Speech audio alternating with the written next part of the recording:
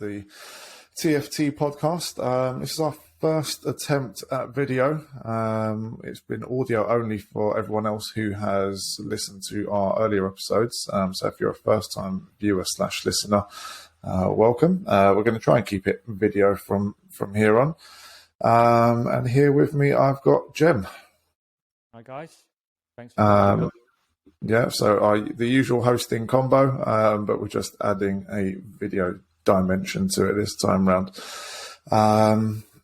There's been some unfortunate news in the motorcycle world, so I guess let's address that first, Jem. Yeah, so in no particular order, you had Chrissy Rouse, who was obviously a British Superstock champion and a Superbike contender. So yeah, we lost Chrissy, and also our podcaster. I have to admit, I was not aware of his work. I don't really follow the British Superbike scene, but apparently a massive loss. So obviously thoughts and prayers go out to his family. Phil Reed, the first ever 125, 250 and 500cc Grand Prix champion. Obviously Phil was in his, he had a good innings, let's just say that. So RIP to Phil. And sort of most recently for us, Victor Steeman, very young Supersport 300 rider. And just 2 days after that, you have to say sort of maybe it's a case of sort of broken heart. His poor mum passed as well.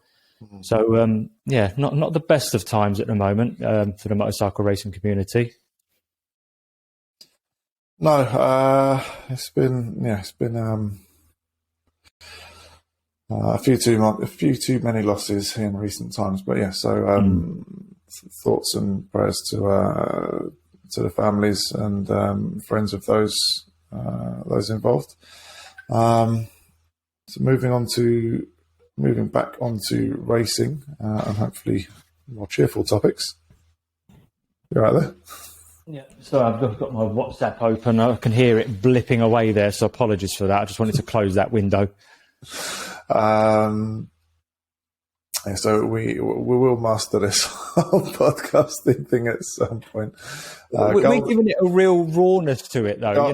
We're not trying to. Golden rule 101, Jem, is always make sure that the phone's on silent before you kick it. No, the phone's on silent. I had my Chrome version WhatsApp web open. And that's what was making the noise. I forgot to turn it off, so apologies, guys. But look, we'll get the hang of this. And there's an honest kind of charm to the way we do things. Me and Khan.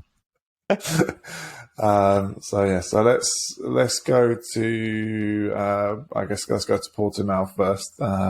So today is, we forgot to mention, 26th of October, so a few days post Argentina. But Jem, you were at Portimão, so I was at Portimão. I just want to preface that very, very quickly. For those that haven't listened to our podcast before, obviously Fast Turks, the name's in the clue.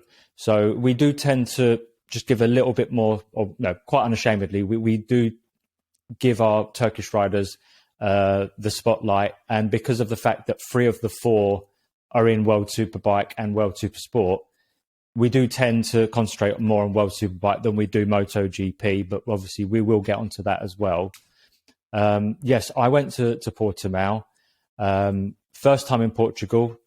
Quite a little funny story just before I get to the racing. So the 3 times I've been to the races so far, Donington, Most and Catalunya before Portimão, the Turkish fan club, the TR54 fan club, has always been at the track. Now, being typically guys, nobody told anybody what the plans were. I didn't ask. They didn't offer the information. Now, I met up with Ahmet of Moto Etkinlik and MotoGP Me at the airport. So we got in the rental car. And in my mind, we're just going to Portimão, the track. Right. So you can see where this is going now straight away, can't you? So we're talking, I'm going sort of fairly slowly, don't want to get, it's late at night, poorly lit motorways. And they're sort of saying to us, where are you guys? Because obviously they're expecting us at a certain time given once we've left. So we're getting closer to the track. And I'm like, oh, yeah, we're almost here. And it's like, God, they must be really close to the track because there's like signs saying like, you know, welcome to, you know, Portimão. And I'm like, yeah, but they're at the track. He went, no, they're not. I'm like, well, all right, I didn't check. But every time I've been to the races, they've been at the track. Yeah, but they're not at the track this time. So they're at the house. So that was slightly embarrassing. So you guys it was were only all in about an 20 Airbnb minutes. together, right? Sorry? You were all in an Airbnb together, right? No, so I had my own Airbnb, and all the other guys like Varol abi, Ramazan abi, Ferit abi was there this time as well. They all had like a really nice like villa. Okay. And that's where Ahmet was staying as well. So, like I said, just typical guys, nobody communicating with anybody. But I should have really, I just assumed that like every other time they were at the track, they weren't. Yeah. Bahattin's dad, Selman Abi, was there, and I knew I'd get on well with him because straight away, the minute we walked in, and like obviously we were very late, they were all sort of taking the piss. Hang on, your dad used to be a rally driver. Why are you so slow? Why were you so slow? So no, I wasn't going that slow. I just went to the wrong place, But in terms of the days, the action at Portimão, awesome track. It looks awesome on TV and it's awesome to spectate at. It started off really well. Top Truck, taking Saturday's win, Super Pole win, but it was, not going to lie, it felt like a bit of a kicker to see Alvaro kind of make his tyre last better in that second race. I think Top Truck obviously benefited. I hate to say it was as a result of Victor's crash and having to wait for the medical helicopter to fly him to the hospital and fly back, that race one was shortened to 14 laps, I think it was. I think that really probably actually helped Top Truck, and I dare say had it been a full length race that we probably would have had the same outcome as race two, with Bautista being able to obviously make the tyres last better over a full race distance. It was excellent to see, the battle for World Supersport. Bahattin wrapped up the Challenge Series, the European Challenge Series. So he rode safe in race one. He was he admitted, I just didn't want to put any feet. I didn't want to put any feet wrong on that race. I just wanted to get the points in the bag, get the title sealed. And that was good. John struggled. He really struggled in the qualifying, and race one again struggled in that as well. Can't remember where he finished actually, but he did struggle. Race two was really great. It was the first time, I believe, that it's the first time there's ever been two Turkish riders in the top five of a World Supersport race. Because I think that was the case. Because was that John came? Was it third? He finished. No. John came third in race two, and it was it was a very un-John-like performance. What I mean by that is usually he makes good starts. He qualifies well, typically makes good starts, and then he has this tendency over the course of the season, obviously not every race, but generally speaking, he tends to start well and sort of fade as, the race wears on and tyre wear comes into it. This time round, you can see he sort of, the racecraft gene seemed to have sort of kicked in, and he was like, let me sit back and let me wait. It's like he waited for the race to come to him. And he obviously, Bahattin having sealed the title, the European Challenge title in race one, he was going for it in race two. Yeah. And in fact, they were going at each other, John and Bahattin, for the first time I've ever seen on track properly, there was some back and forth there. And it was awesome to watch. We were. I was in the crowd this time. I was in the stands. I wasn't with Varol Abi and the others waiting out on the track. There were other guests that invited, and obviously you can't expect to be with them every time. I've had my fair share of being trackside with them, so that's no complaint. I was in the crowd with the other TR54 guys, waving flags and stuff. But yeah, watching it, there was enough signal to watch the live feed, albeit 30 seconds behind the actual live race as it happened.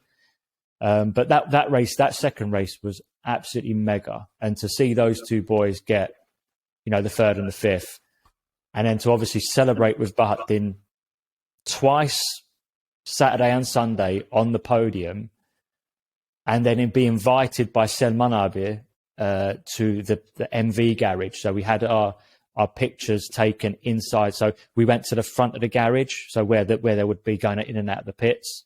Yeah. And we had our photo taken. So yeah, mega. It was. I don't want to go too much about Portimão, because obviously we've had Argentina as well. But I just felt that was worth mentioning. It was a mega weekend, and I got to visit an old uni mate as well in Lisbon. So yeah, apart from that race too, and obviously Alvaro kind of giving us a bit of a kicker, we left on a bit of a downer in that sense. But apart from that, it was a mega weekend. Yeah, so obviously huge congratulations to Bahattin on wrapping up the title, which brings us on to weekend just gone in Argentina. It started off very promising looking. I was watching.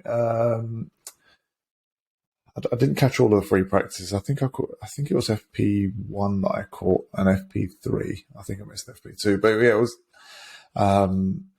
it was very good to see that that Toprak was sort of setting the pace, and I think they were mentioning in the commentary for free practice that I think they'd had a lot more running at that track than they usually do throughout the calendar year. So I think there was like an Argentinian bike racing series that had recently visited, because I think there was complaints last year that there'd been a tremendous amount of dust that had blown onto the track.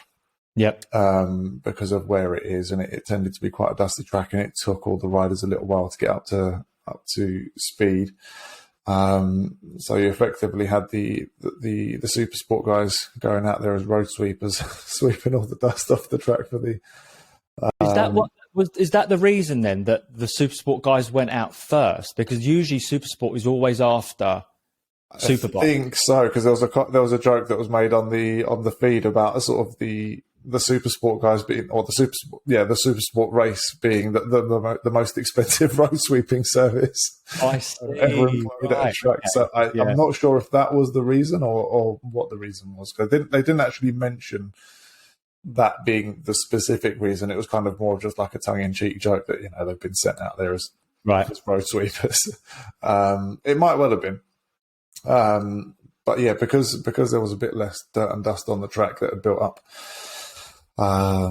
because of the increased amount of action at the track, it was good to see people getting straight up to pace. And I think Toprak was sort of within a few tenths of the outright lap record within or before the end of free practice. So that was really good to see. Which kind of, and seeing that he'd been leading the way all the way through free practice, gave me a bit of hope going into the weekend. There's obviously a couple of quite long straights there, which was always going to give Bautista a good advantage. But there's also quite a few big stopping zones, which I thought, well, if he manages to nick a few free, like 2-3 tenths down the back straight, then hopefully Toprak can make that immediately back up on the brakes at the end. So obviously the super pole qualifying went quite well for him as well, but then it all went horribly wrong in race. Well, race one. Just going back a little bit, I mean, he's got brilliant form at that track. He gets on well with it. He went well there on a private Kawasaki, that was criminally underpowered. And I think he's always mentioned that he quite enjoys that track himself. But that is a very long back straight. They've said it's a mile long, I think. And you just shows I think it was just over a kilometre. It was 1,032 metres. Is it metres? I'm pretty sure they said a mile. No, it was just a shade over a kilometre. I must have heard that wrong then, because I heard a mile. No, definitely not. If I remember correctly, it was 1,032 metres. Right. Well, I mean, that's still long. Still a long old straight. Shows you how quick those things are, though, because they just gobble that up in a matter of seconds, and then they're on the axis. Drifted a bit out of focus there, by the way. I don't know if you can do anything. Sorry about that, guys. I was trying. Jem's going to have to upgrade his lens. Yeah. There we go. Like I said, there's a certain charm to the way we're doing things. We're learning as we go along. We're not pretending to be pros at this. We're all about keeping it real. Back to it. Back to the race. I was in. I had to. So I took the boys to their grandparents. So I had the phone, and I was very annoyed that I'd not managed to kind of get everything done. Then they sent me on this wild goose chase. So my dad's unfortunately not feeling his best. So he said, "Look, I can't go to the garage. You're gonna have to do what they want. Get them what they want." So I've got the phone on, and I'm at the counter, and I'm just about to pay, and I'm watching it, and I've seen Toprak go for that dive bomb, almost not a dive bomb, but he lost that lead. Yeah. And I saw it happen. And bearing in mind, there's other people around me, and I've just lost my shit. Oh, for fuck's sake. Can you fucking believe it? I just completely lost it in this petrol station. It wasn't my finest moment, but it was what I was feeling. I've waited all day for this race. I'm already stressed. I'm having to go to the petrol station to buy my kids all sorts of whatever it was they wanted. So I'm missing the race. I've got it on the phone, and then to watch that, to wait all day to see Toprak, unfortunately, throw it down the road on the first lap. It just, I lost it.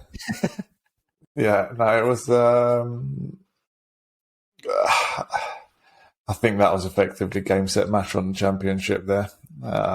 It was always going to be an outside shot, and you were going to have to rely on Bautista. He basically guaranteed it was Bautista's at that point. I think, it's guaranteed. Yeah.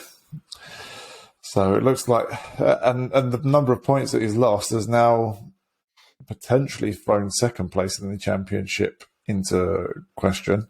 It's made it difficult, because if Johnny Ray can start outscoring Toprak in these races now, I know that's not been the case for quite a while now. He generally speaking, Toprak, ever since about Donington, when we went, Toprak's form has just been on the up and up, and Ray's form, he's super consistent, but he's just he's not managed to win a race since Estoril, which was like round 2 or 3? I think it's 3. I think it's been, what did they say? I think they said out of the last 18 races had been shared between Bautista and Toprak. Yes, it's been a long time.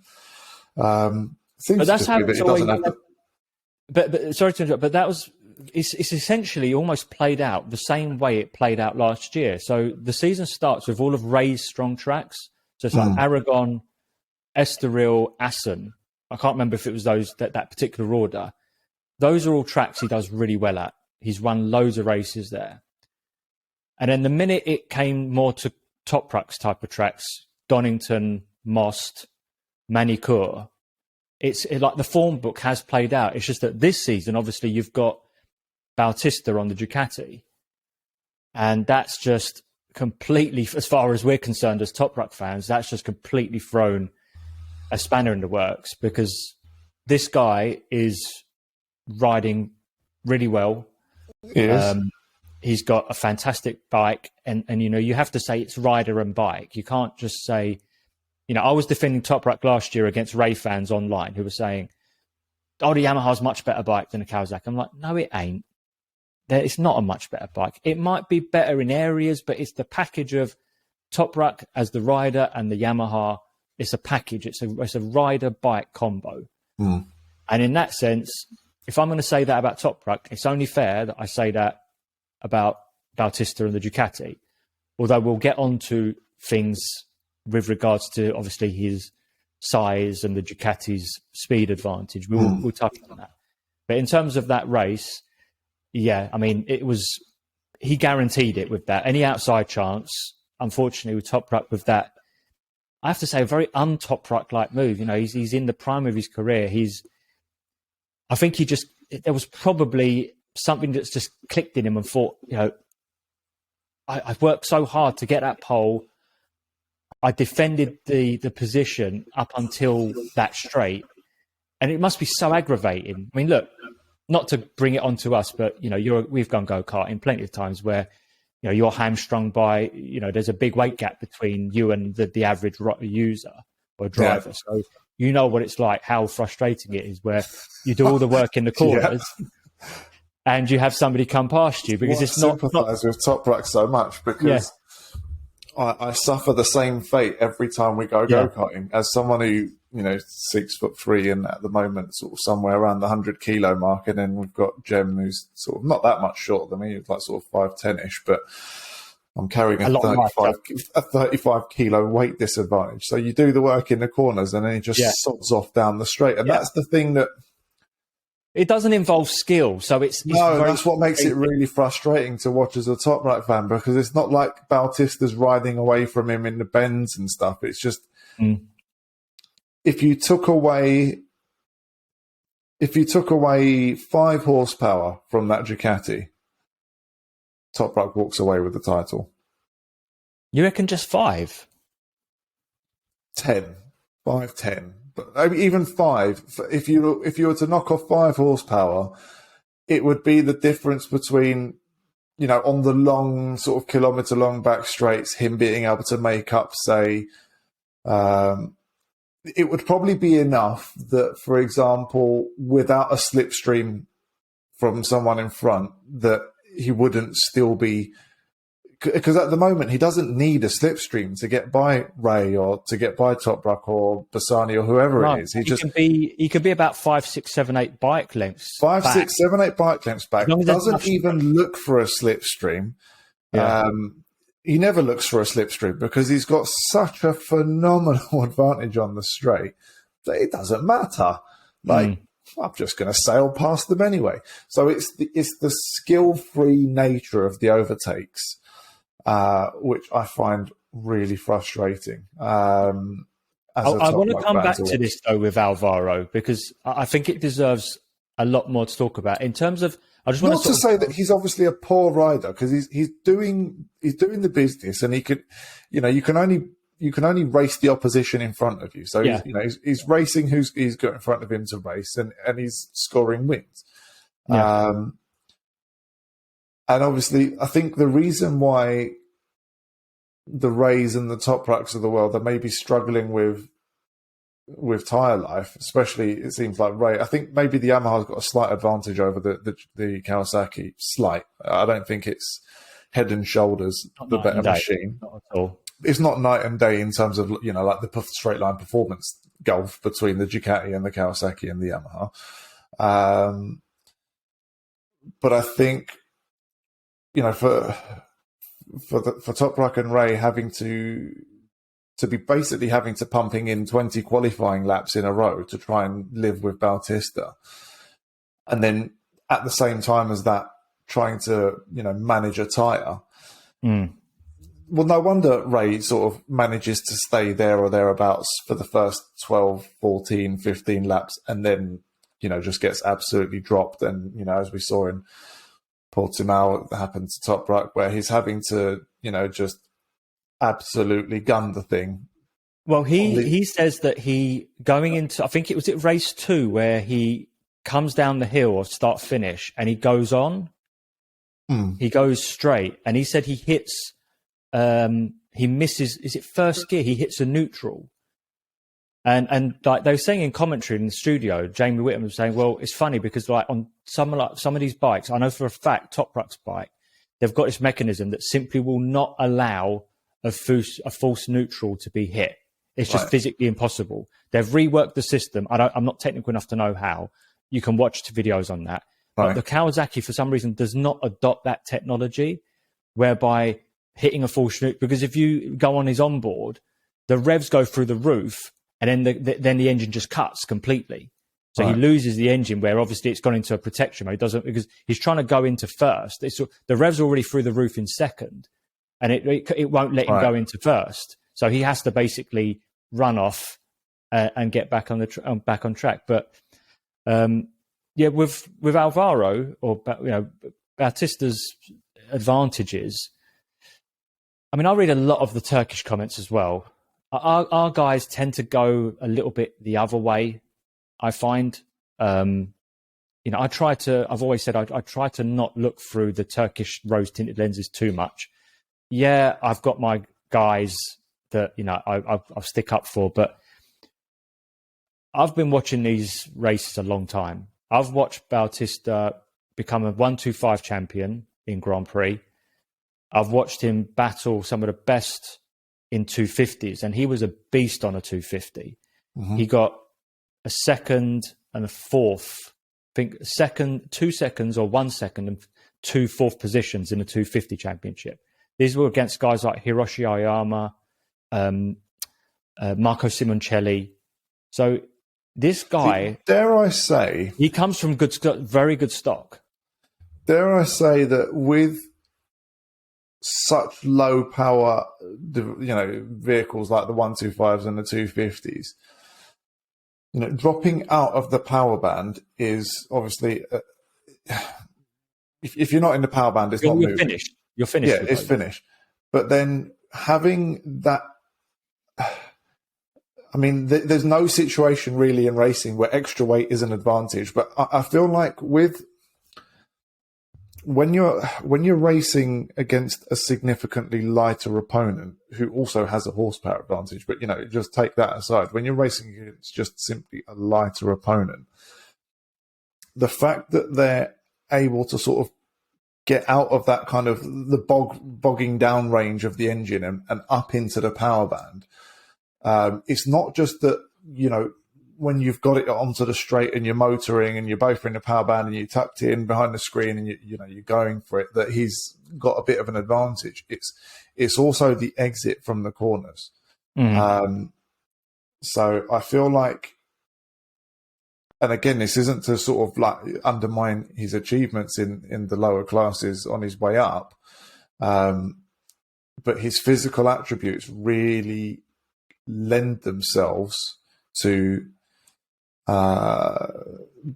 being successful on a lower power bike.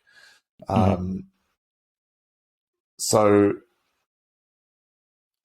not to say, again, this isn't to sort of take away from his talent and his skill, because he's clearly got plenty. Yeah, because look, nobody else is doing what he's doing. His teammate is nowhere near him, and Rinaldi's not a big guy. He's a more muscular guy. There's more of him, but he's nowhere near Bautista. On Rinaldi, very quickly, we won't get too sidetracked with this one. I don't see why he got a new contract, because there was that race, was it about 3-4 races ago? And I can't remember where it was, but he was under tremendous pressure and then he had a decent outing. Mm-hmm. I think it was one of the first times in the season where he finished ahead of Bassani. And he sort of managed to sort of do enough in that one race to earn himself a new contract. But since then, he's kind of dropped back off again. Yeah, reversed. Yeah. And, there was sort of speak of, Ducati have obviously seen enough from him to sort of warrant, renewing his contract or whatever. But it's like, well, what have they seen that the rest of us have missed? Because Bassani's been having a great season. On a private bike. On a private bike. And I think, barring... at Portugal, he finished ahead of... He finished ahead. Did he not? I have to admit, I'm not. I'd have to check those results, to be honest, dude. You keep talking while I do a bit of Googling, but I'm pretty sure. Let me just confer. I don't want to rely on memory. I wanted to see Bassani on that bike. I think he's shown enough. I think he's done enough. He's not set the world alight as a privateer. Like, he's not done what Toprak done on a private Kawasaki, but Toprak, I think you don't use Toprak as some sort of a barometer, a gauge of what people should be doing. Toprak for me is a generational talent that comes once every 10, 15, maybe 20 years. You won't see the like of another Toprak for a very, very long time, in my view. At least not in the superbike class. So it's not really fair to gauge Toprak as the norm. He's the exception to the norm. But someone like Bassani, who's had a couple of seasons now on a private Ducati, I think that Rinaldi, I agree. I think Rinaldi did not do enough to hold the seat. And I think it would have been only right to give Bassani a shot. And he's only very young still. So it's not like he's an old boy that's come good late on. He's still young. You know, he's good in the wet as well. He's had some good showings in the wet. So I wanted to see Bassani on that second Ducati. So very annoyingly, I'm on the World Superbike website, and if you want to look at previous race results, they make you download a PDF. But let's yeah, mate. I do race reports for the Fast Turks website, so I've been there, done that. Having to download a PDF. To be fair, though, there's a lot of really useful information, like lap by lap breakdown. There is, but if I just want to see standings or like a final, I know what you mean. Final positions, I don't need to look at this detail. Anyway, we won't dive too far into that, but I feel like Bassani's been slightly hard done by there, and I'm not sure what else he needs to do or how much longer he needs to keep outperforming a factory bike on a satellite machine before he actually gets the factory ride. Let's see how that pans out for next year. Or if his performances will warrant more direct support. So like how sometimes, for example, it happens more in MotoGP where you get these satellite teams that have basically full-on factory bikes. Yeah, they're not factory teams, but they're fully back to the hilt by the factory itself. Yeah, and then maybe we end up with a situation like that because I think he's doing enough to warrant getting getting a better ride. I think in my eyes. I wanted to talk about the Super Bowl race though, because that was one again where I'm out of my seat, fist clenched, shouting at the TV because it's a 10-lap sprint, and even that absolute humdinger of a race. Yeah. So basically, Batista's basically saying, "I've got enough of a points gap. I'm going to try and win this, properly. I don't want to just say pick up points because I can." He really wanted to win that. And I take my hat off to him for that. Oh, yeah, definitely. It'd be very easy to just be like, I've got like what was it at that point, 55, 60-point lead. I'm just going to load a second position. Bring it home for the points. But the way Toprak, and I've got to give Toprak his dues, man, because he went for those passes twice. He went in the same place he fell. It takes a brave man, especially at a dusty track like that. It takes a brave man to go, I'm going to basically exercise that demon. And I'm going in again hard on the brakes. That final lap pass into that turn, I think it's turn 10. It's either turn 9 or turn 10 by that point. But that was, and you could see he was really on the edge because he goes wide and he takes Bautista wide with him. It's sort of a block pass of sorts, but it's the only thing he's got in his armory. You can't take this guy on the straight, so it has to be done in the corners. You've got to rely on your superior braking ability to just lick a stamp and send it up the inside, and that's it. And he did very well, even in race 2, to stick with Bautista as long as he did. Now, I want to segue this into what Scott Redding wrote today, because Instagram was lit, or at least Scott Redding's Instagram was lit today. Right. So he's posted about, should we have a minimum, bike plus rider weight limit? I've got, I'm not a championship contender, so it's not like I'm siding with anyone here. I'm just saying that as a big guy, I find I'm being, it's because Scott's tall as well. He's 6'6", maybe. So but he's also like a massive muscle. So he's a big guy, but that's just how he is. He's not a small guy. If he, these guys have to be fit. And if you're big like Scott Redding, what are you supposed to do? You can't get shorter and you can't be stick thin. Toprak, to be fair to him, he may be thin. He's not as, say, ripped as Scott, but Toprak is still very he's not kind wiry, of he's got wiry and lean. He's just... He's bike fit. Toprak doesn't do weight, lean, but he's not. He's not stupidly thin, he's not. He's not carrying any excess muscle. He's about where he needs to be. Yeah, but what Scott's saying is, this is how I feel as a bigger guy.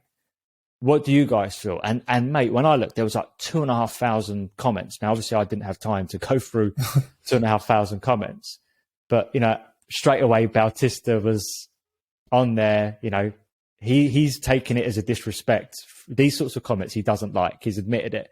I don't like it. I feel like my achievements are being undermined by you guys saying that I'm small and this, that, and the other. Now, one of the most interesting comments I saw was because some people were saying, well, look, what are you supposed to do? If you're a basketball player and you're 7 foot, well, then you just got an advantage. That's something you'll use. If you're 6 foot or 5 foot something as a basketball player, that's tough shit on you. You have to basically form around. Not an equivalent comparison, and I'll tell you why. Because I don't think so either. I do dabble in basketball in terms of watching it. If you're 7 foot tall, then you play as a center. If you're 6'3", then you play as a point guard. That you play in. The comparison doesn't stack up. I get. No, it doesn't stack up. Like you play wherever. The same thing as footballers. If you're 6'2", you're probably going to be a centre back. If you're 5'9", 5'10", then you're probably going to be somewhere in the middle of the park. If you're gazelle-like quick, then you're probably going to be a winger. Yeah, you can still play the sport and you can still contribute to the team, but when you're talking about motorsport and you're not just talking, because you're not, also those sports but they're team sports for a start. Number one, they're team sports, and number two, your instrument is your body. Whereas in motorsport, there's a package of man and machine.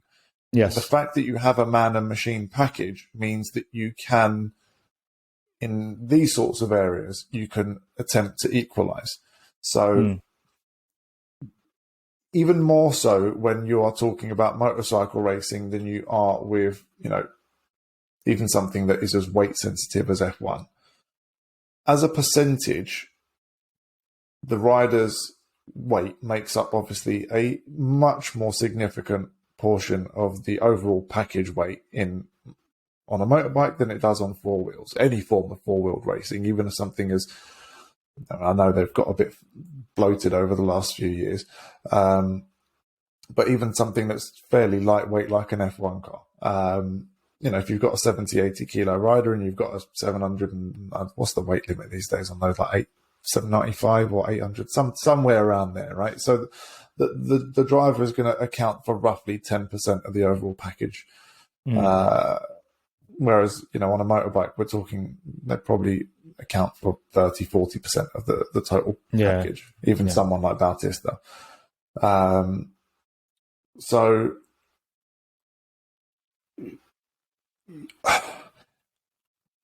I think, and again, as someone who is bigger and heavier, and from my own personal frustrations in racing, I am all for anything that equalizes the field like that, because if Bautista's getting touchy about it, then he feels that he has something to lose. So he recognizes himself that he has an advantage. Because if he didn't feel that it made any difference, then he'd just say, all right, then ballast my bike. Worries.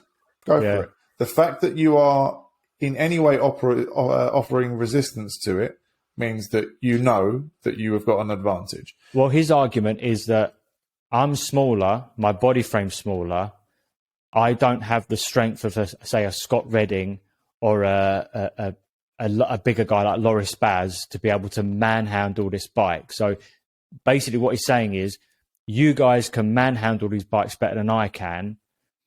So the trade-off is that manhandling a bike is all well and good, but he's not manhandling that bike down a kilometre-long back straight and then making up a 50-yard deficit. Yeah, just like that. One of the best comments I saw that made me think, because there were some people saying, look, I don't believe that a weight limit should come in, or a minimum rider plus bike weight limit should come in. That being said, it's somewhat worrying when you have one guy out of a field of 20 whatever bikes that can seemingly get away with what are the tyres called? The SEX. Oh, the X compound. SEX, not no. Whatever it is, the X compound. SEX. Freudian slip. Yeah. So he's making the qualifying tyre work over a race distance. Race distance. Now that's something doesn't add up there. Yeah, if you're not going to do anything with the weight, then maybe look at the tyre tech. I don't know. Also, the electronics. I don't know how much. I know these bikes have traction control, but I'm not a mechanic and I haven't read the rule book. I don't know. Like with MotoGP, I know it's a standard package. So I think it's Magneti Marelli. All of the ECUs are stock. You can't muck around with them. Right. Whether that's the case or not in World Superbike, I'm wondering how advanced they are now, that they're so advanced that a team like Ducati can basically tinker with it to the point where you're making a qualifying tyre because of the rider lack of weight. His tyres lasting for one very simple reason. He weighs less, so there is simply less energy being put into the tyre. When he's cornering, there is less weight to drag through a corner. When he's accelerating, there is less weight that is needing to be accelerated. When he's braking, I mean, the back wheel's up in the air half the time anyway, but there's his front tyres doing less work. The tyres are doing less work. So if the tyres are doing less work and he's not having to push to the absolute ragged edge through the corners because he knows he can then, dare I say, lazily make the time back up on the straights, where he can take a slightly more conservative approach to his cornering, where he doesn't have to be at 10 tenths to try and keep ahead of him, because once he's ahead, he's gone. Or if Toprak gets ahead of me, that's it, off into the sunset. He doesn't need to think like that. I just need to go at 8-9 tenths through the corners, keep the thing on the road. Don't worry, don't chuck it down the road, and then I'm going to make it all back up on the straight, because he's. So, yeah, that's it. I want to see. I mean, obviously, as a Toprak fan, I want to see it more evened out. I think that this guy. I think he's close to Toprak's level rider-wise. I'd say Toprak's the better rider all day long. But like I said, I'll defend Bautista in as much as I've watched this guy be a very quick rider throughout different classes. All right, MotoGP, he got into the habit of crashing a lot, but he was always still quick. He just crashed a lot. You could never call him a slow rider, but he's found his sort of this alchemy with this bike, because people were saying, well, why do you want to weight penalise him now? What was he doing on the Honda? And I'm like, yeah, but again, that's a crappy comparison, because the Honda we know is nowhere near the bike that the Ducatis. Honda have only recently come in and really, as a factory, said, right, we're going to support the World Superbike effort. They've always just looked at World Superbike from afar, let another team do it, which is why Johnny Ray spent so much time wasted there. And the minute he went to Kawasaki, he became a champion. I don't think the weight penalty would completely even out the seeming horsepower. I don't think you're ever going to get 100% parity, ever. No, you're not going to, because number one, he's physically smaller, so it's a smaller hole through the air that he's trying to punch. So he's always gonna have less drag, because he's gonna be able to tuck in behind the bubble a little bit better. The fact that it's now ballast that's being added to the bike means that you can add that ballast, presumably, depends on how the rules will be written, but presumably wherever you like on the bike. So, by the way, I'm not sure that this is a rule that's been passed. I'm just saying Scott Redding put it out there that he would like to see it pass. Yeah. So if it were to come to pass, this. Sorry, my light has given up the ghost. Go off. Sorry about that. So you would have. So where was we? Yeah. So he's going to be punching a smaller hole through the air. Number one. You're going to be able to add that weight strategically where you want it on the bike. You're going to get, the engineers are going to try and find a way to put it as low down on the bike as physically possible. So, already, even though if you weigh the same now overall as a package, you've got those two advantages anyway. The Ducati just seems to have a horsepower advantage on top of that. I think the only thing that it really equalizes is I wonder. So I don't think it would fundamentally slow him down by 2-3 tenths a lap or something like that. No. I think where it would, because Bautista's tended to be very strong in the final laps of every race. Yeah, where tyre wear's kicked in. Where tyre wear's starting to kick in. So even if he maintains that almost the same advantage on the straights, where it will hurt him is, as I was saying earlier, there is now simply more energy going into that tyre. Tyre wear is going to be accelerated, and he will have to suddenly start thinking more about tyre management than he's having to now. Sure. I think it brings Ray back into contention a lot more. I think, he would then be sort of fighting for firsts and seconds. And Bautista will be sort of, it could be sort of anyone's win on the day. Yeah. I'm not sure exactly what way Ray's, but I get the sense that he maybe weighs slightly more than Toprak. No, he's shorter than Toprak. There's more of stockier. him. Yeah, he seems a bit stockier. Toprak's about, without levers and stuff, I think Toprak's about 70 kilos. Do you know what Ray happens to weigh? I reckon Ray would be, if not the same weight, maybe a little less, because he's quite a lot shorter than Toprak.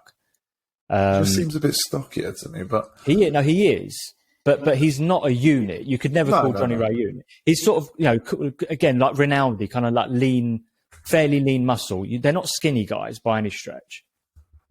I mean, this is going to be very accurate, but let's see what Wikipedia's got him down as.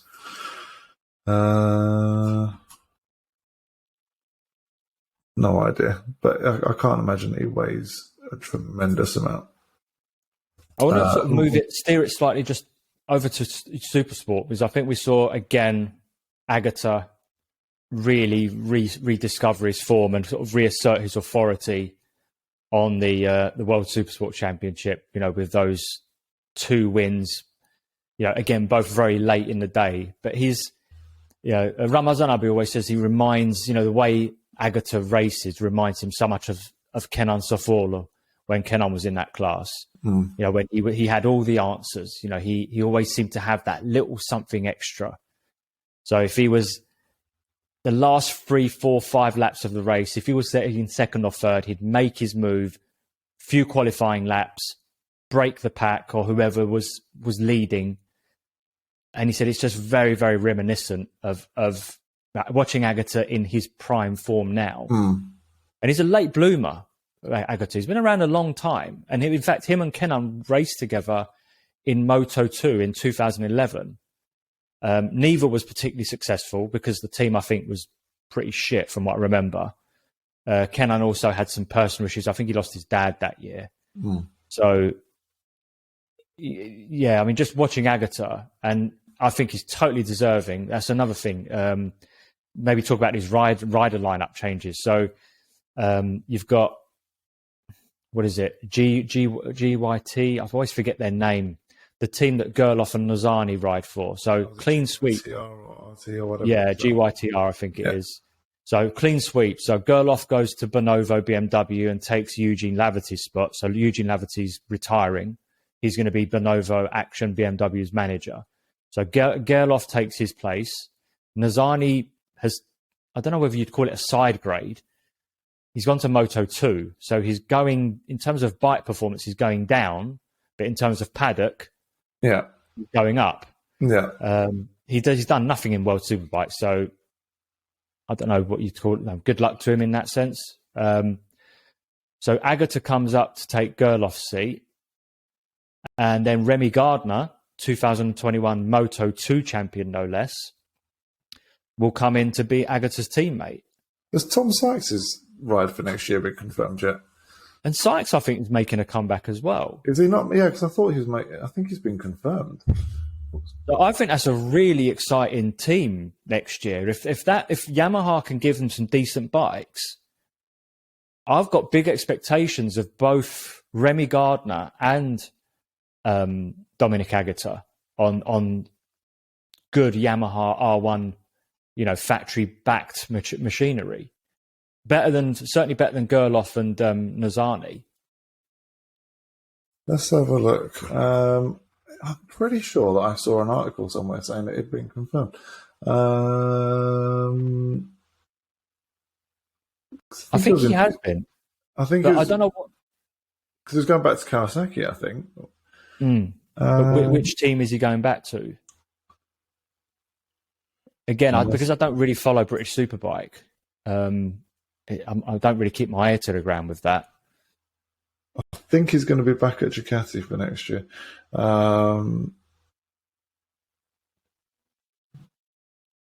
We'll have a look. We can have a look. Yeah. What do you think of that? Agata and I've watched Remy a lot more than you have, so I know Remy's struggled in MotoGP this year because anyone on a KTM has basically struggled. And he's lost his ride, I think, a bit out of order. I think a bit prematurely. I don't think he's been backed properly.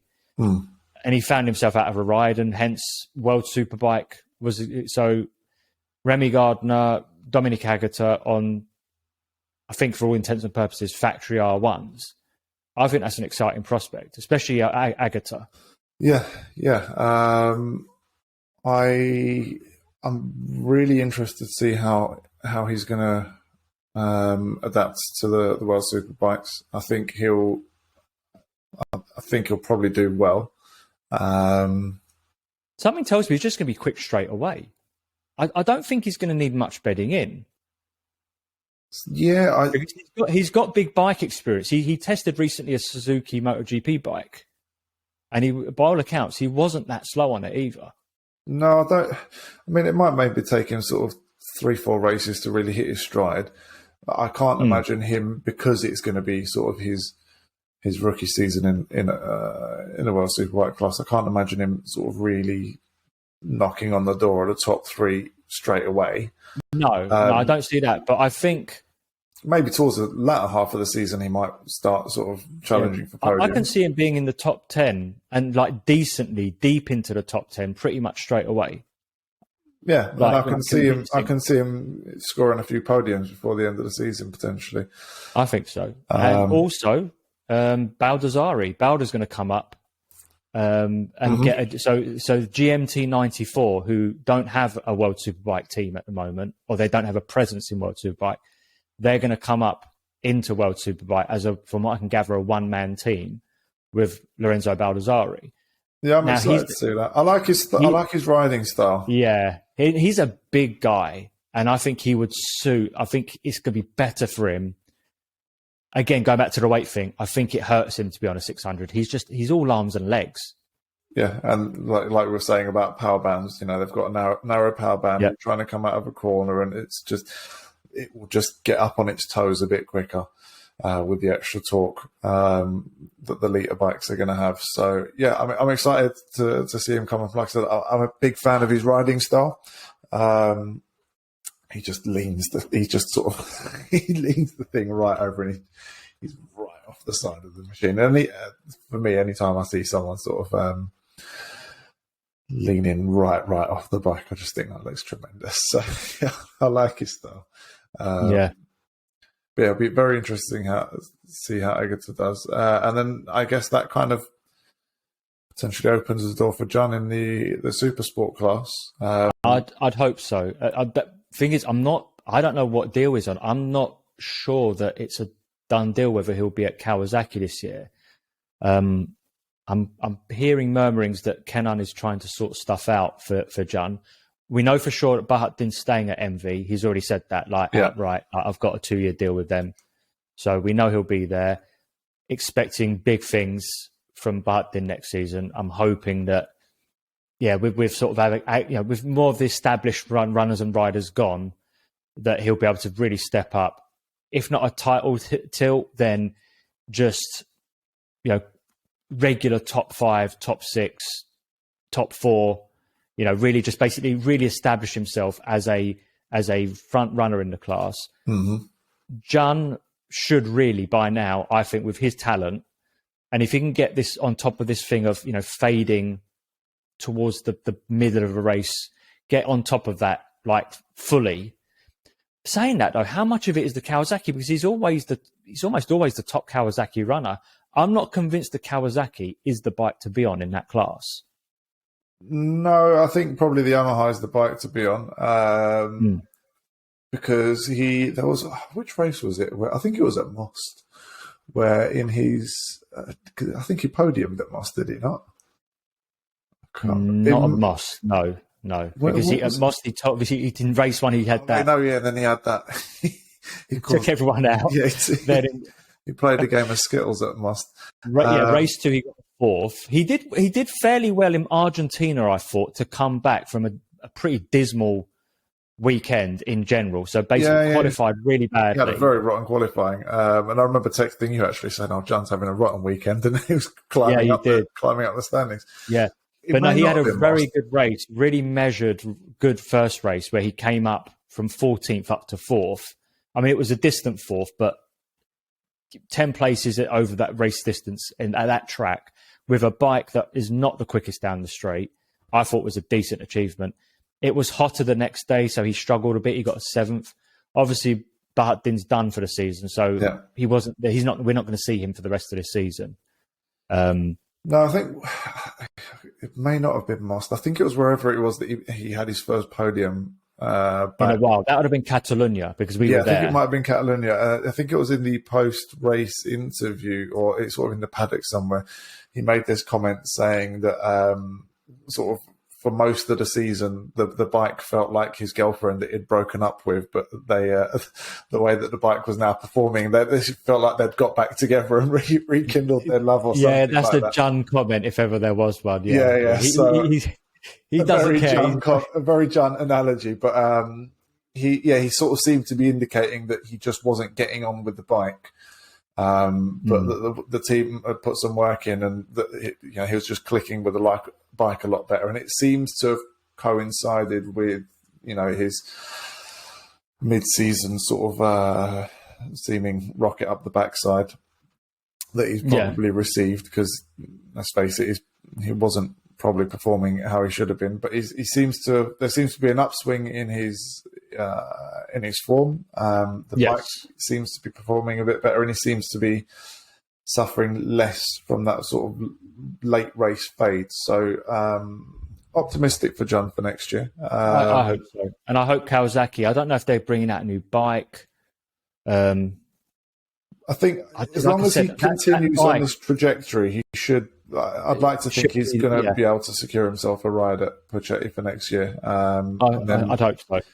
As long as the team and the package and John sort of continues on this upward trajectory, and like I said, with the likes of Igata, who's just so absolutely dominant in that class, making way. We might see him on the podium a little bit more often, potentially. Yeah. Talking of new bikes, they're saying Ducati are going to bring a new bike out in the superbike class next season. I'm like, do they need a new bike? I mean, if they bring a new bike out that's even quicker than what it is, and if the rules aren't changed, you might as well just give them the title from the get-go. Yeah. I mean, it'd be pretty pointless racing anyone. Unless all the other teams manage to find sort of 3-4 tenths of a second on in their package, then forget it. It's going to be a one. It might as well just be a one-make series at that point. Right. So apparently there are now a super concessions ruling in World Superbike. So there's concessions rules that are going to be brought into play. So it's basically trying to, for lesser teams, like in MotoGP, there's like this concessions where lesser teams with less good results, they're allowed to do more testing. They're allowed to change more parts throughout the season and make updates. So I think Superbike, obviously, it's Dorna owned, just like MotoGP. So I think they're trying to get more teams like Honda. They probably want to see, with its factory backing and decent riders, they want to probably see Honda playing more of a part in World Superbike. So I think it's for teams like Honda, more private teams that with less of a budget, where they're probably trying to get these super concessions. So it's going to come in for 2023. Yeah. And then they're saying 2024 going to sustainable fuels. So, I mean, this to me, it's not surprising. The world's going that way.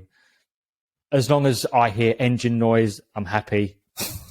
I don't ever want to hear a load of electric nonsense on a World Superbike grid. Can assure you that whether or not Toprak is winning week in, week out, if they switch to all electric, my interest in the sport Boycotting the sport. It will evaporate in an instant. For the same reason, I completely have stopped watching Formula One since basically the V6 2014 era. is when it started, the hybrid era. And I think the only race that I've watched from flag to flag in that time was the championship decider last year, because it was just, when you came round mine. Yeah. And outside of that, I've not watched scandal. I've not watched the single race scandal. Yeah, exactly. And I've not watched a single race flag to flag, because for me, motorsport is, as much as it is about the competition, it's about, the car porn or the bike porn. And if you take that away from me, then at this point, I've lost interest. Sorry. Yeah.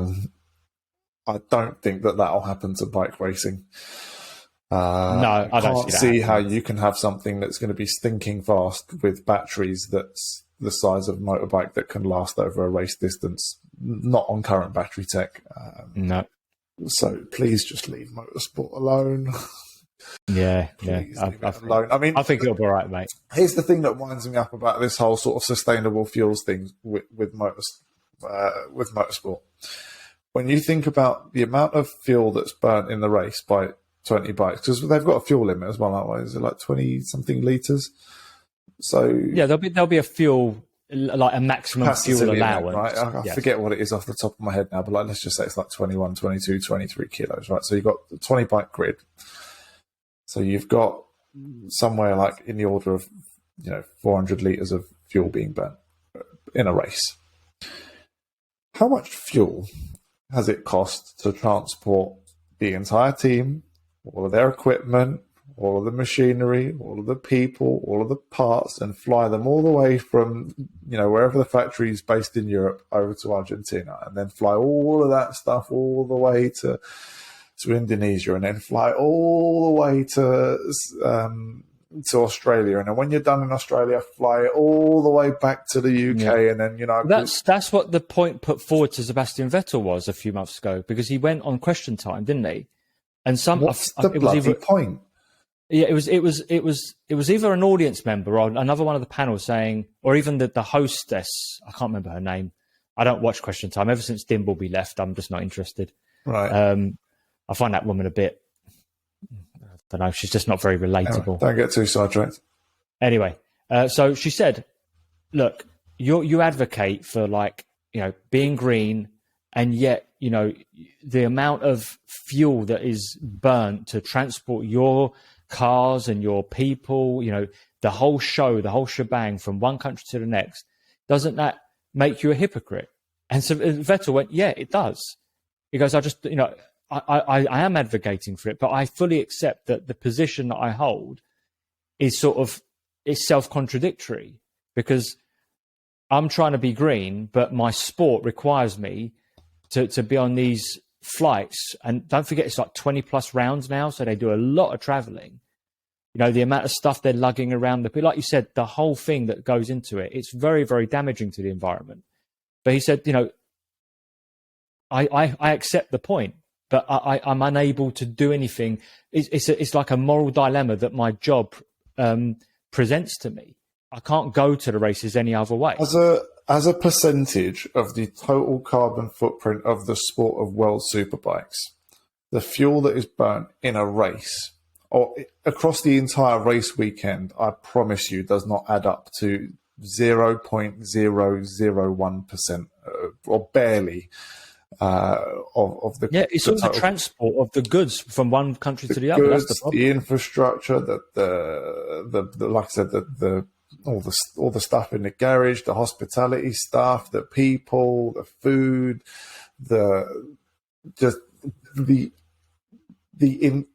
all of the machinery behind. And when I say machinery, I'm not just the physical machinery, but everything that is involved in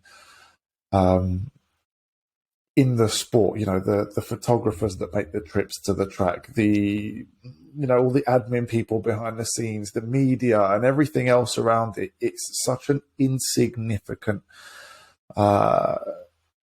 such an utterly insignificant amount of impact that it's truly not worth doing anything.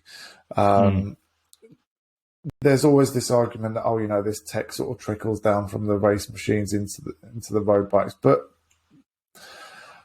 if we're already on the path to, all petrol and diesel vehicles or the sale of new petrol and diesels in the UK being banned in just under 8 years' time, then when is this technology going to trickle into what road bike? Yeah.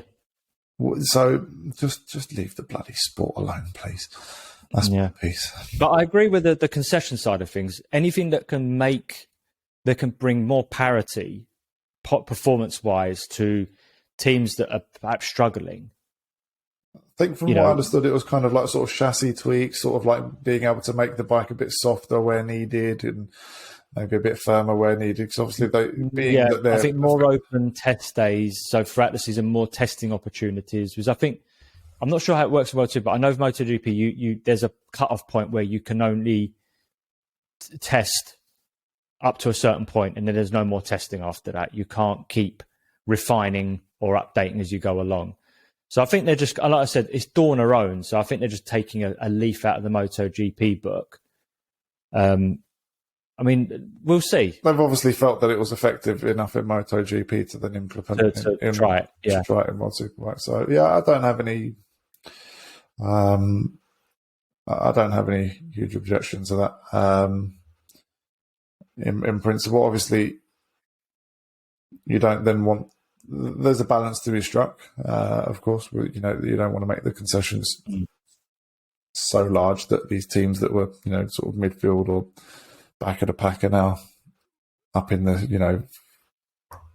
the sharp end of the field, or up. They've moved their way up into the top third or something, because then that's not right either. Well, you want them to do it on merit as opposed to sort of getting a ridiculous leg up, like an artificial leg up. Yeah. So let's see how it goes. Yeah. I mean, in terms of moving on to MotoGP, I think they're talking about the largest point swing. I'm going to have to find that from Bagnaia to Quartararo. So Quartararo's obviously led this championship for a good portion of the season. Yeah. But that lead has been whittled down.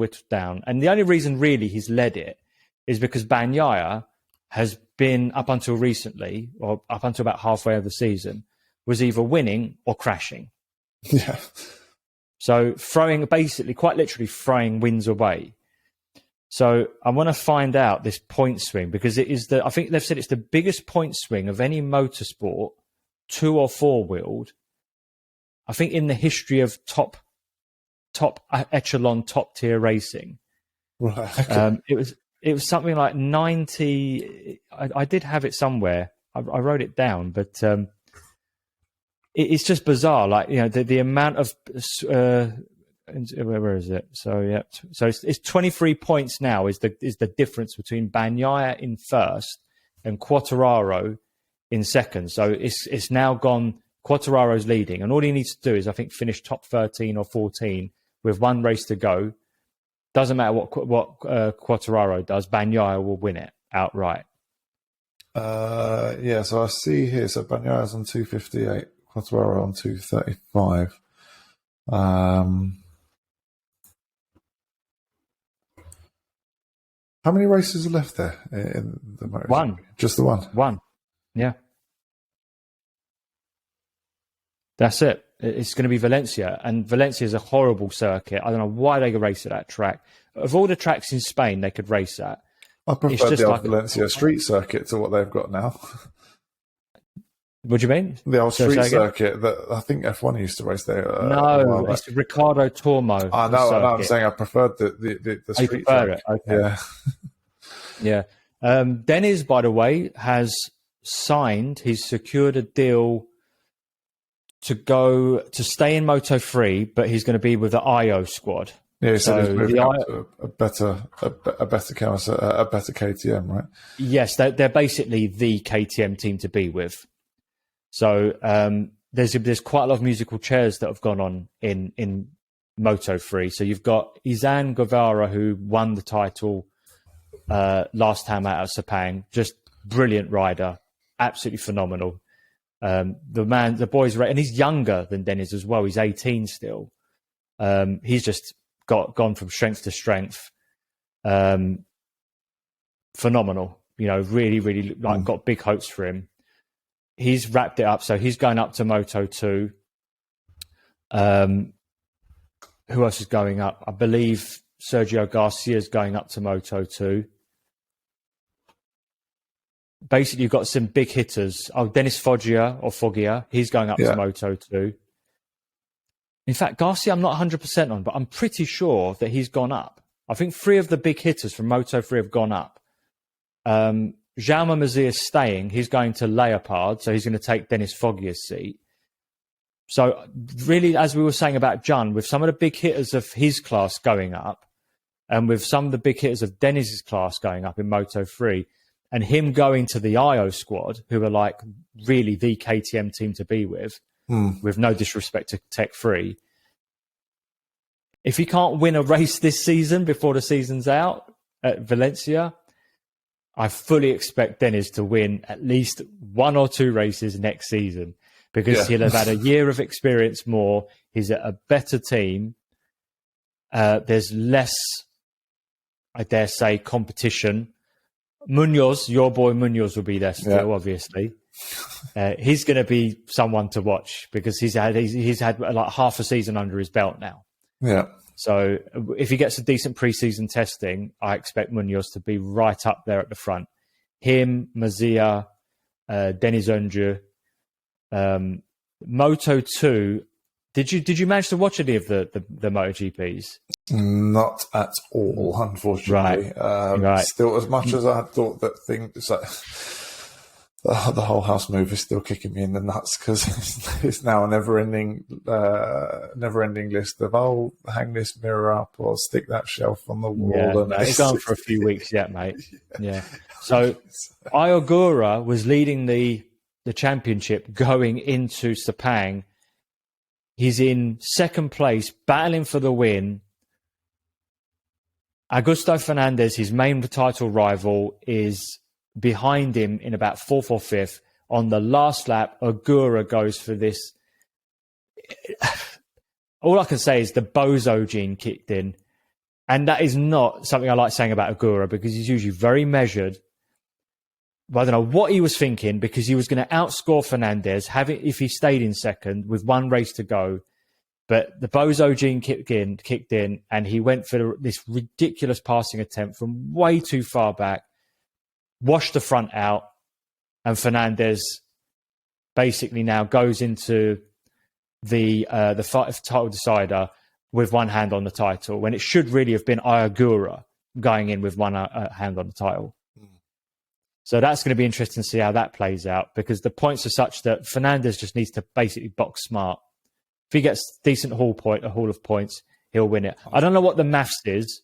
I'll have to make sure that I definitely make time for the MotoGP this weekend. I don't know if it's this weekend or the next weekend, because they were in Sepang. So to come back to Europe, they're probably going to have 2 weeks off.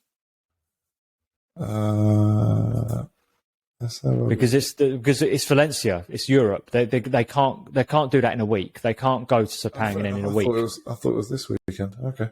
No, my guess is it's going to be at least 2 weeks, if not 3 weeks, before the Valencia race, the title decider. But you got so Moto3 is wrapped up. Moto2 and Moto3 are going on the 6th of November. Yes. Moto2 and MotoGP are going down to the wire. Yeah. Yeah, and that's exciting. That's very, very exciting. And I'm really happy that I was disappointed, really, that Deniz did. I felt Deniz, they keep, even the commentators are saying this guy's too big for this class now. He struggles with his size. It's not that he's big, he's tall. Yeah. He's too tall for the bike. These guys are like jockeys, and he's probably he looks to be like maybe 5'8", 5'9". So about my height, and that's big for a Moto3 bike. Mm-hmm. So I was a bit disappointed that he didn't go up, but then I was pleased that he got a really decent ride at a top team. Hopefully, hopefully the powers that be in the sport can see that he's putting in a good ride, and if he's maybe not getting the results that he potentially should be or could be, that maybe it is down to his side. If the commentators and we can see it, maybe the team principals can see it and make a concession, and he can move up into. I'm hoping that next season is his last in Moto3. Yeah, me too. I want to see him go up. I think he'll do really well on a bigger bike. So hopefully with another year under his belt, hopefully gets a couple of wins and he can get a Moto2 ride. That'll be. I think, like you say, need to touch on something. I know you probably don't watch these as much as I do in terms of the GP side of things. The previous round Australia. There's an accident, Phillip Island, Moto2. Turns out the guy ended up breaking his leg, so he can't move. He's in a line of fire on the edge of the track. Marshals come out. What would you, if you were race direction, the guy's very, very close to the edge of the track, what do you do as race direction? And the guy's obviously immobile. He's not able to move himself off. What do you do? Well, until I've seen it, I'm trying to find it. It sounds like either a double yellows or a full course double yellow or a red flag situation. Depends on. I'm trying to find it. So where was this at? Phillip Island Moto2 race. Let's have a look. Moto2. It was a massive scandal, mate, and it was unbelievable. I couldn't believe what I was watching. 6 months ago, that can't be it. Hang on. I have to be honest, I don't know the rider's name because he was like a midfielder, I think. Let's turn that noise off. Jorge Navarro, sound like a... That's it, Navarro, yes. And in fact, Navarro's coming to World Supersport next season. So let's have a little watch of this. Oh, ugly. So he gets driven over the top of.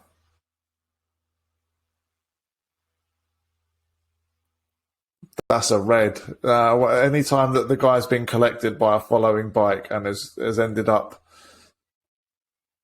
in the line of fire, where if another bike goes down, it's going straight into. That's a red. That's got to be a red, mate. They would just I think they only had waved yellows, and nobody was really slowing down. So they had the marshals in the firing line. They had the rider in the firing line. You could have other people on their bikes being injured, and they just kept the race going. And everyone's thinking, why is this race not being stopped? No good. And the guy can't move. He's broken his leg.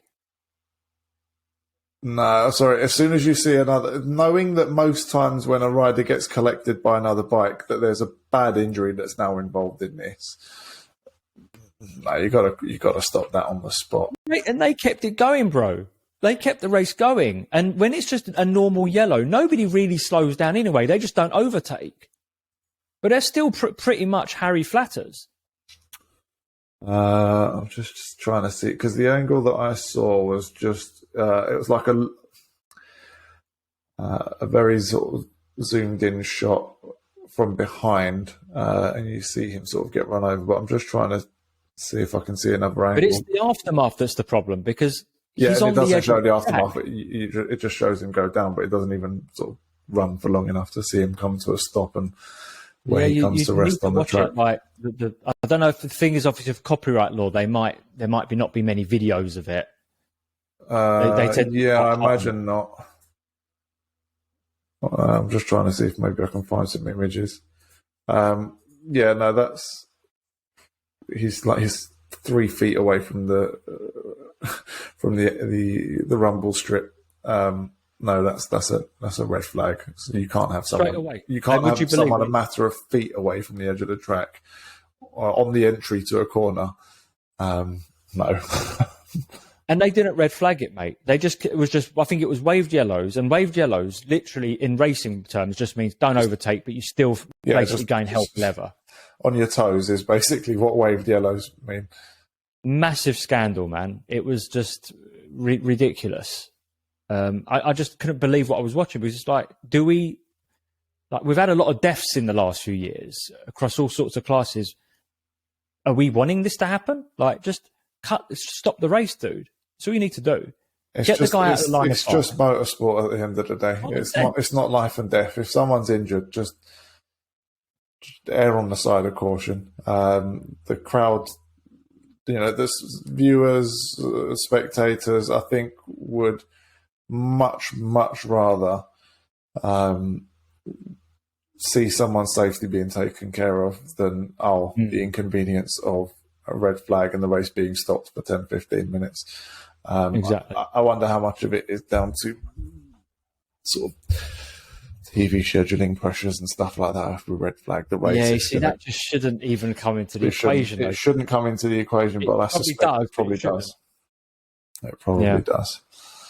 Was there anything else you wanted to touch on this week, or? No, I think. I mean, look, in terms of World Supers, like you said, it's going to take a miracle. It's going to take 3-4 DNFs. I just can't see it. I mean, Indonesia, Mandalika, it was an absolute washout last season. The weather was unreal, and it's like, I think they go there when it's like monsoon season anyway, like stormy weather season. So I expect it to fully be a washout. I expect Ray to get at least a win. If the weather's like that, he's going to be so desperate for a win. I think he'll win it one race.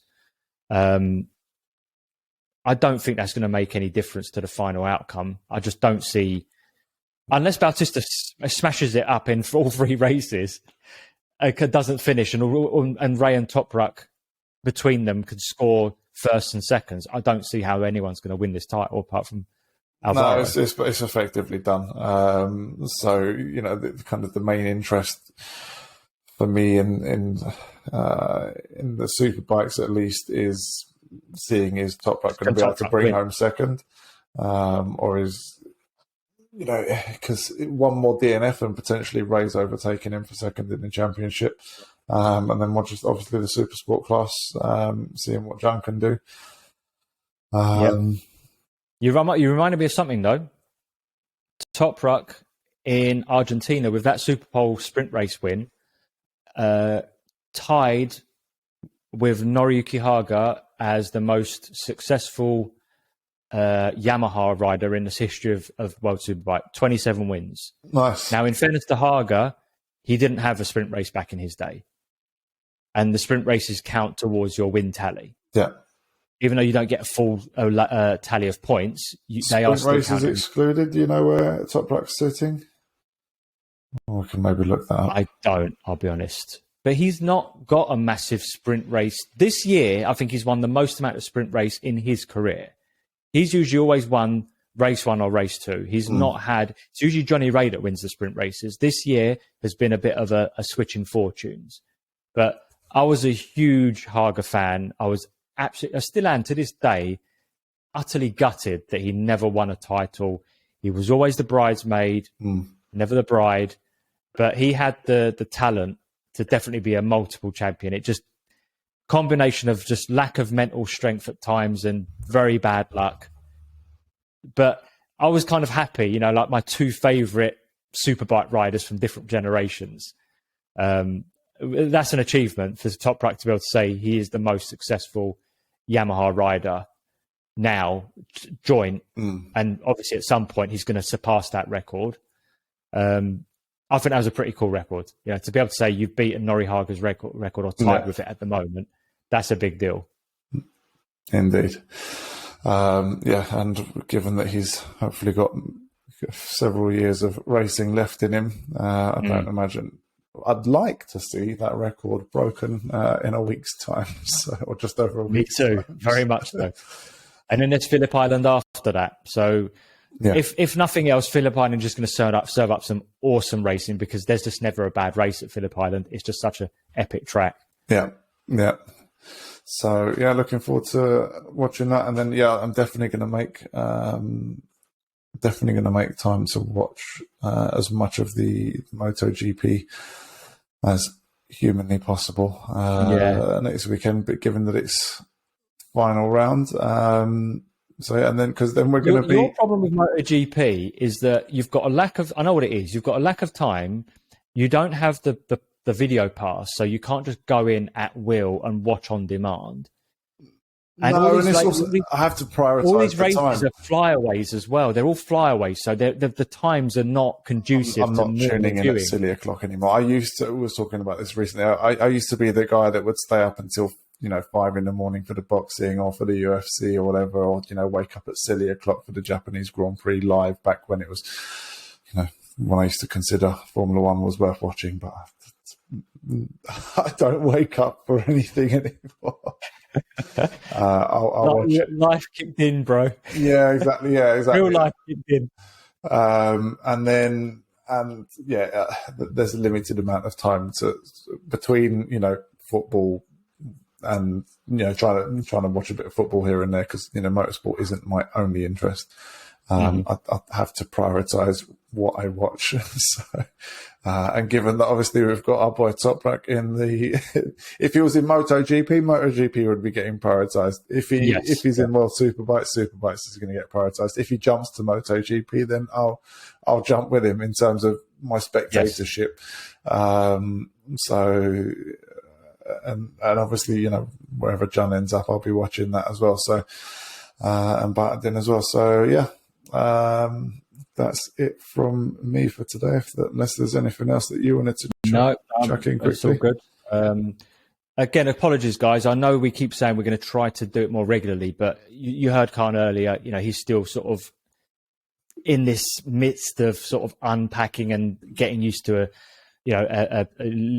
having moved out. So we are going to try and do this more regularly, but I'm finding at the moment it's easier said than done. So don't hold us to any specific dates. We will try to do more, but my guess is by the start of the next motorsport season, March, April next things should be a lot more bedded in for both of us by then. Because we appreciate you hanging in there with us. Awesome, cool. All right, over and out from me. Thanks, guys. Take care. See ya.